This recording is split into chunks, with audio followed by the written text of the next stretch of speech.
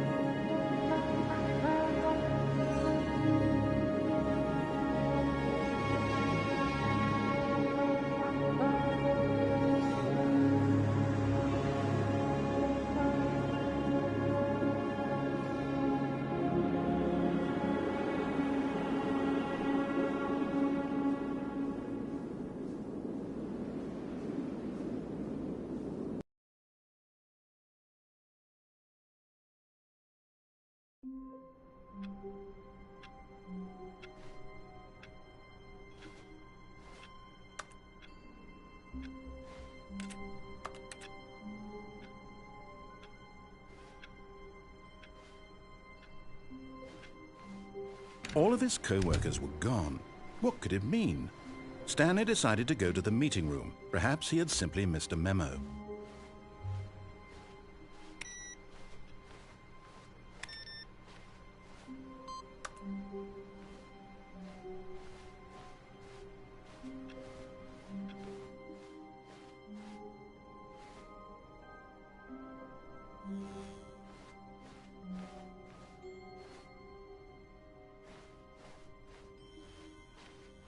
Oh, good. You notice my sign. Yes, I have something very exciting to show you.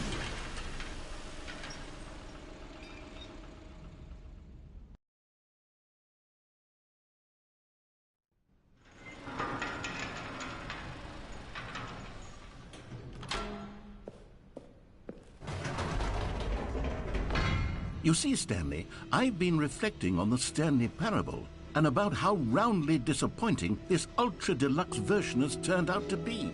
The original Stanley Parable was a landmark, and any new content for it should live up to that legacy. So forget this ultra deluxe nonsense. I say we take it one step even further. Which is why I'm very proud to announce for the first time ever, the Stanley Parable 2.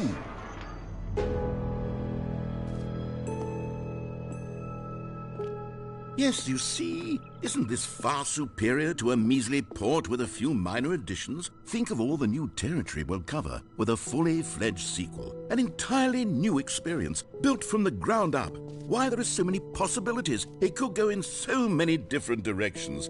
This is what fans have truly been asking for.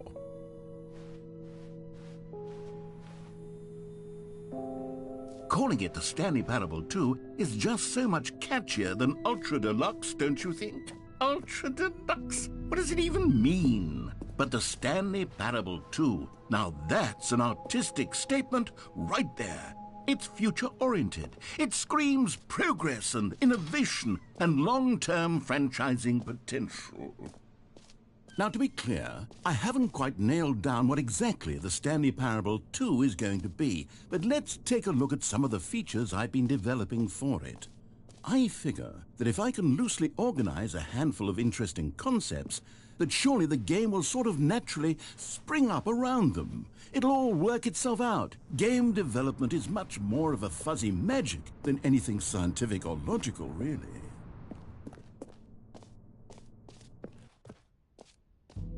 Here we are. Go on, try out some of the new features.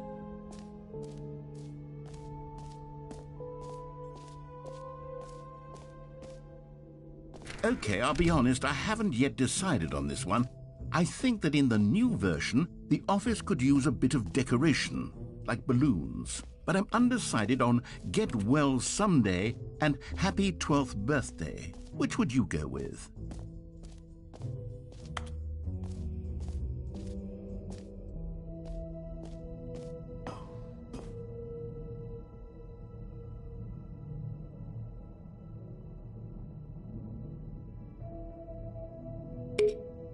You know, sometimes when you solicit another person's opinion, it makes you realize that you knew which one you actually really wanted all along. Happy 12th birthday, step-niece, it is.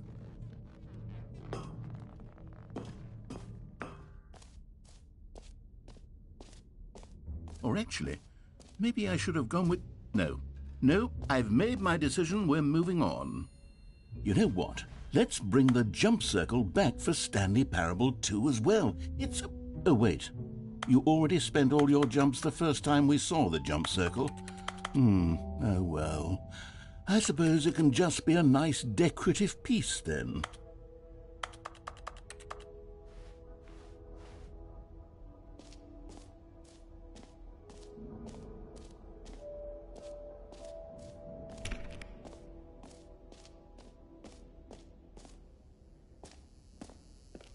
Now, here's something special. You remember that broken test trophy that got left in the game on accident? Well, I'm developing a technology to simply give you the trophy. Yes. You see, you'll come to this lever, and when you pull it, the trophy will be given to you. It's as simple as that. Okay, perhaps I should have clarified. This is technology that will exist. Right now, Stanley. But I guarantee it will be fixed in the sequel to at last satisfy the hordes of ravenous fans all over the world who have been uproariously demanding this feature. Gamers, we hear you, and I promise it will happen.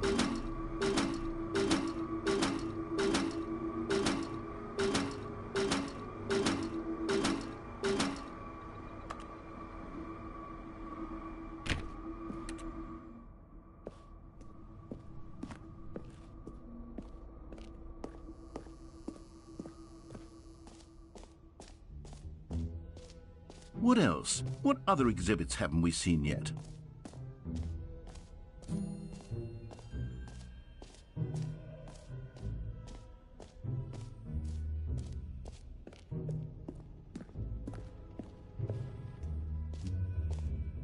Ah, collectibles. Now it's a real video game. In the Stanley Parable 2, you'll run around gathering up these miniature Stanley figurines. And what's truly innovative is that there will be no reward for collecting all of them. I don't want to stifle the intrinsic joy of watching a number go up. You simply collect all of them, and then you move the hell on with your unremarkable life.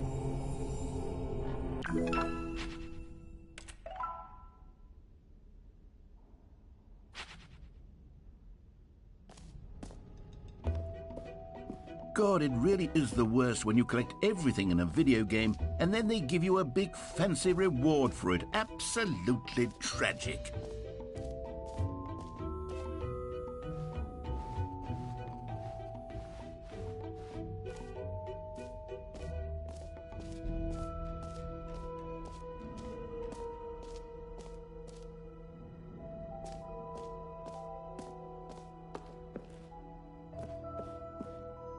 A common complaint of the Stanley Parable was that it was confusing and paradoxical, that it engendered a chaotic sense of reckless despair in those who played it. Well, I am happy to say that after much consideration, I've engineered a clever solution to this fundamental problem with the game. It's the Stanley Parable Reassurance Bucket. You see, Stanley, anytime you're holding the bucket, a sense of calm and ease will fill your mind and your heart. It's true. As long as you hold on to the bucket, the many disorienting contradictions of the Stanley Parable will feel perfectly normal and perhaps even comforting. You may even come to long for the gentle embrace of jarring cognitive dissonance while the bucket is in your arms. And to be honest, it's a much more convenient solution for me than actually redesigning the game to be less uncomfortable. Can you imagine what a pain in the ass that would be? Yes, the bucket is the perfect solution. Come on, give it a try.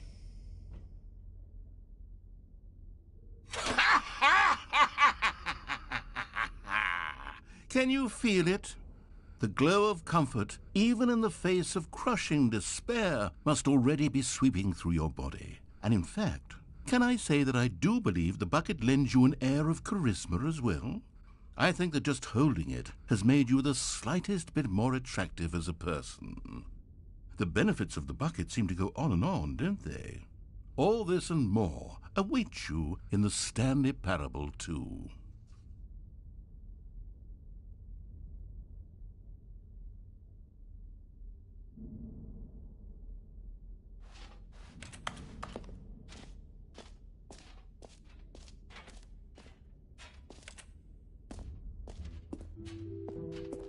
Does anyone give out awards for most enjoyable bucket in a video game? That really should be an award if it isn't already.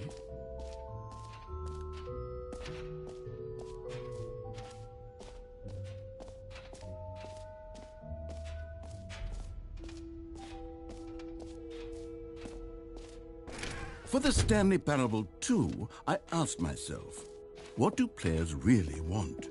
And of course, the first and most obvious answer is that they want to be individually recognized and validated as people. So with that in mind, my first addition to the game is this button which speaks the name of the person playing the game. Isn't that wonderful? Jim. Sorry, I should have clarified. Right now, the button only says the name Jim. But of course, in the final game, this button will say your name, whatever name that is. Here, let's have you role-play as Jim to really simulate the full experience of this feature. Just play along. I promise you'll love it. Okay, here we go. Let's take a deep breath, clear your mind, forget whoever you are, and simply become a person named Jim. I want you to imagine yourself living as Jim, sleeping and waking as Jim, falling in love and being heartbroken as Jim. Whoa, hold on. I wasn't finished setting up the backstory. If you don't properly roleplay as Jim, then you'll never understand the impact of this button. Otherwise, it's just a stupid button that says somebody else's name. Okay, we're doing it again, and this time let me finish first. Now, allow yourself to become Jim.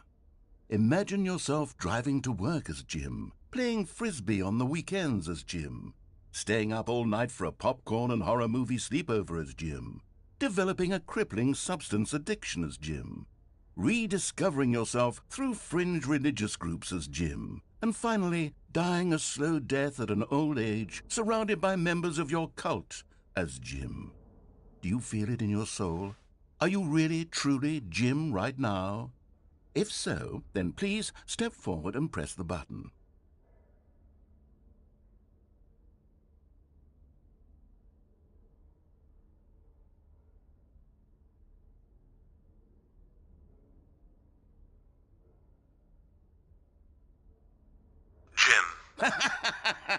Yes! You see? What a thrill! What a rush! That was you! The button described you. Do it again. Do it again. Jim. Ooh, it hits even harder the second time. If this were the only new feature in the Stanley Parable 2, it would still be worth the money. Let's take a break from the Jim button. I'm too emotionally drained from all of this personal validation. Jim. Whoa there, cowboy. Sometimes a person can be too much, Jim. I'm putting the Jim button away.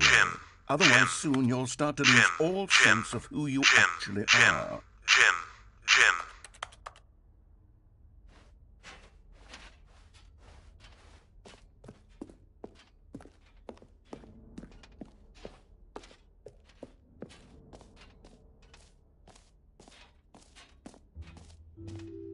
I suppose I could allow only people named Jim to play the Stanley Parable 2. That would actually save me the work of finishing this feature.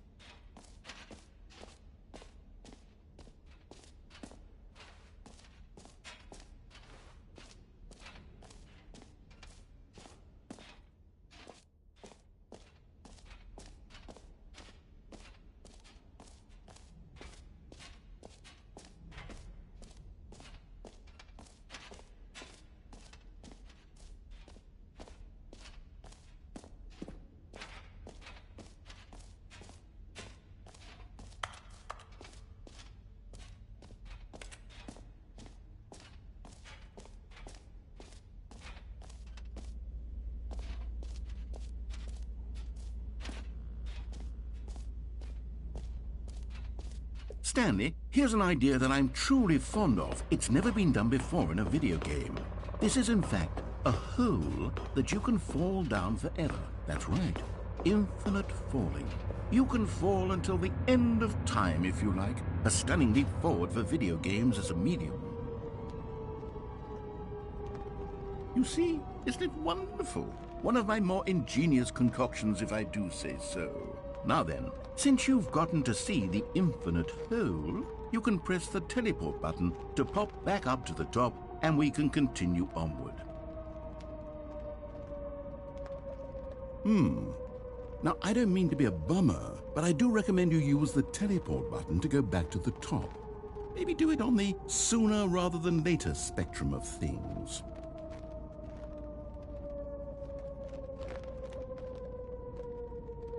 Okay, Stanley, I don't know quite how to say this tactfully, but it's possible that I slightly exaggerated the infinite nature of the hole. Is it a very, very deep hole? To be certain it is. It's an extremely deep hole. I don't want anyone to say that it isn't an astonishingly deep hole. It is. Is it infinite?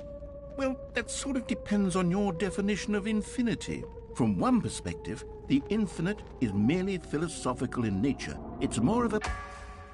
Okay, well, good for you. You found the bottom of the hole. You found me out, Stanley. I'm a liar and a cheat, and you're so clever. Look, I think the issue here is just that you're unusually fascinated by falling. What normal person actually wants to fall infinitely? I figured the hole was as deep as anyone would actually need. Don't you put this on me. Maybe you're the problem. Look, things got a little heated there. I think we both said some things we didn't mean. Why don't we just put all this behind us and agree to just call the hole mostly infinite? If that works for you, then go ahead and press the teleport button to warp up to the top of the hole and we can move on. I'll just be up here when you're ready.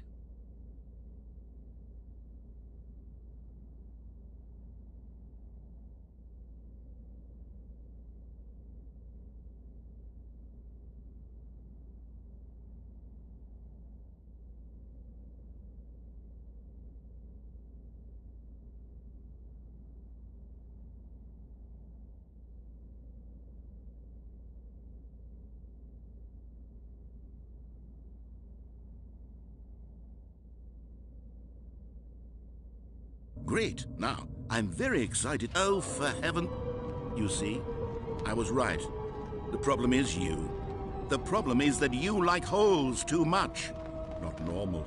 A normal person would have said, yep, that's an infinite hole right there. Goes on forever till the end of time. Don't need to see it all, but not you. Oh, no, no, no, no. You have a weird sort of... Oh. Did the hole seem even shorter to you this time? I couldn't help but feel like you spent a little less time in there than you did before. I mean, admittedly, I didn't make an infinite hole, but I didn't think it was that not infinite. Well, I suppose once again there's nothing to do here. If you decide you've had enough of the hole, you can hit the teleport button and come join me up above. Had enough? I'm positively thrilled. Gosh, how could I have guessed? You're back in the hole. If this starts to become a thing where... Wow. Okay. Yes. I'm starting to become extremely certain that the hole is not only not infinite, but that it's growing steadily less and less infinite. I suspect that I'm starting to hit the point where it's no longer feasible to call the hole infinitely deep, even by the lax overall standards for accountability and marketing. What's going on here? Stanley, I have no explanation for the uncertain nature of the hole's length. Here, let's try something. Let's pop back up to the top, and we'll see if it gets any shorter. Well, there it is. How is this still appealing to you? I know you're obsessed with holes, but at this depth, I just can't see this scratching the itch. Oh, who am I to judge? You just do whatever it is you're here to do and hit the teleport button when you're ready to move on.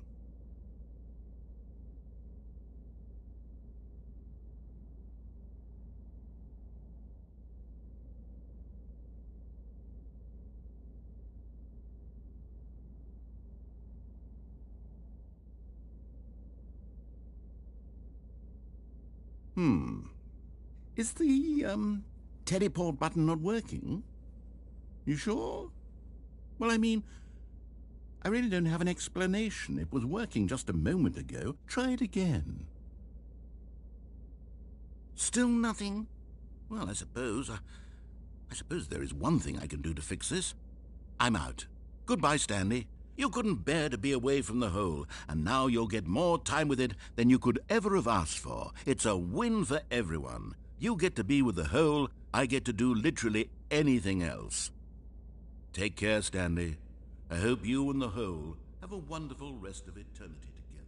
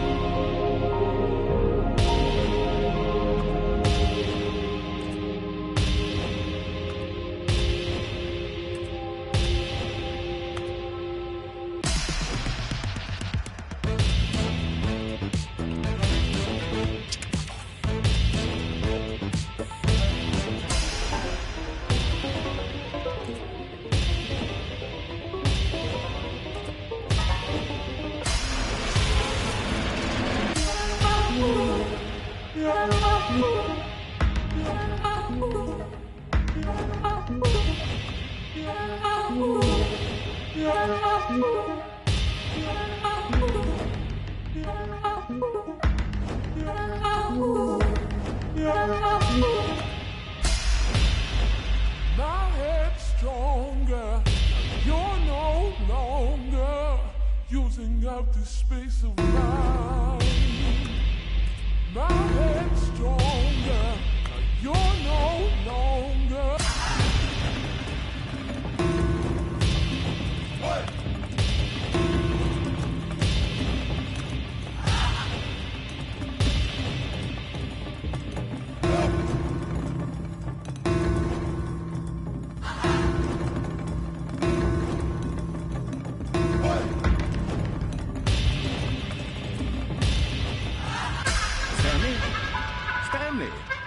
Stanley! Oh, good, you're awake. It seems you had sort of dozed off there, drifting away into dreamland. But we can't have that, Stanley, because this hole is just so darn fascinating that I want you to be wide awake for every second of it. You don't want to miss a single moment. So how about if I just pop in from time to time and wake you up to keep you really, truly focused on the hole? From the looks of things, you and I will have many, many years here in this hole, and I'm looking forward to all of them. Stay alert, Stanley. I'll be back. Toodle-pip.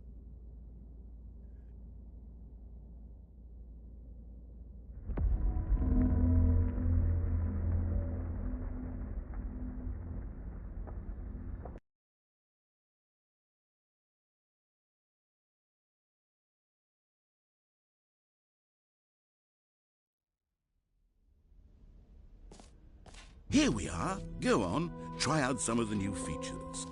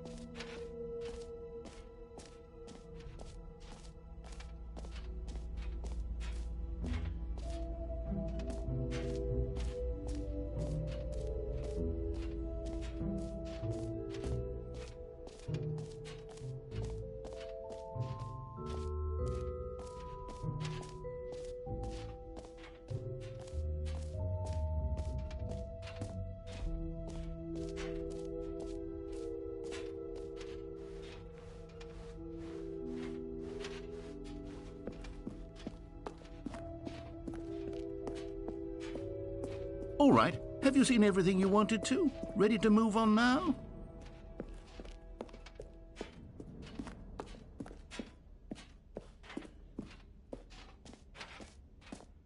So, Stanley, what do you think? Do you like all of the new features? Yes, I know it's not exactly clear yet how exactly these features will come together as one single coherent video game, but I can feel it in my soul. It's going to work. There's definitely a good game in there somewhere. Say, let's do an experiment. I'll arrange these new features together, and we'll see whether or not it coheres into a meaningful gameplay experience. Okay. Are you ready? Here it is. I give you the Stanley Parable 2.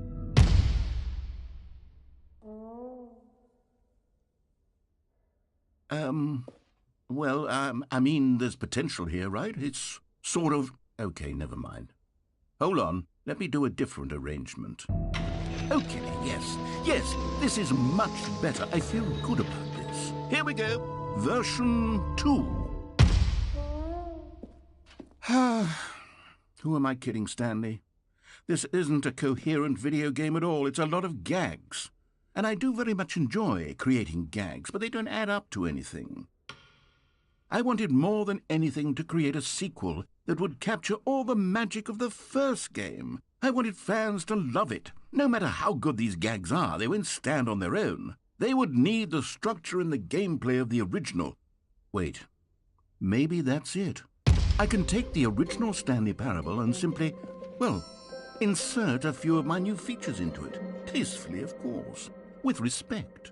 With care for the vision and integrity of the original game. Would it possibly...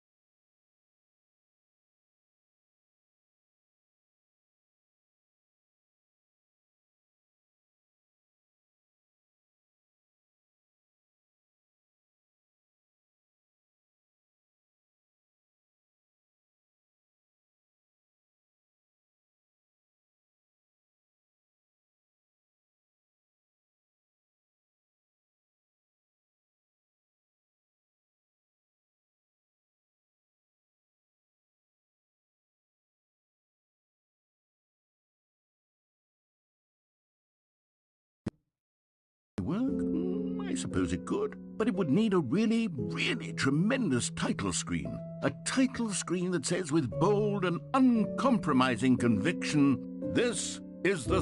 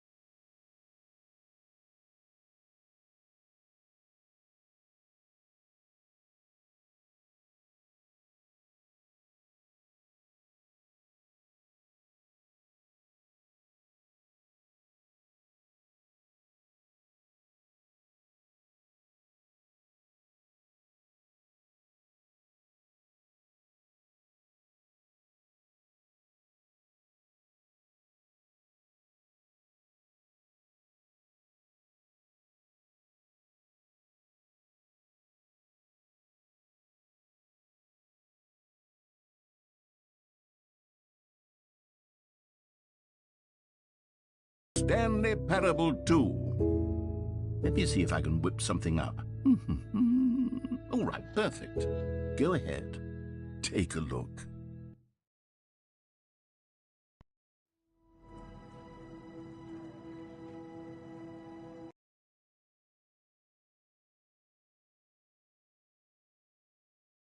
This is the story of a man named Stanley.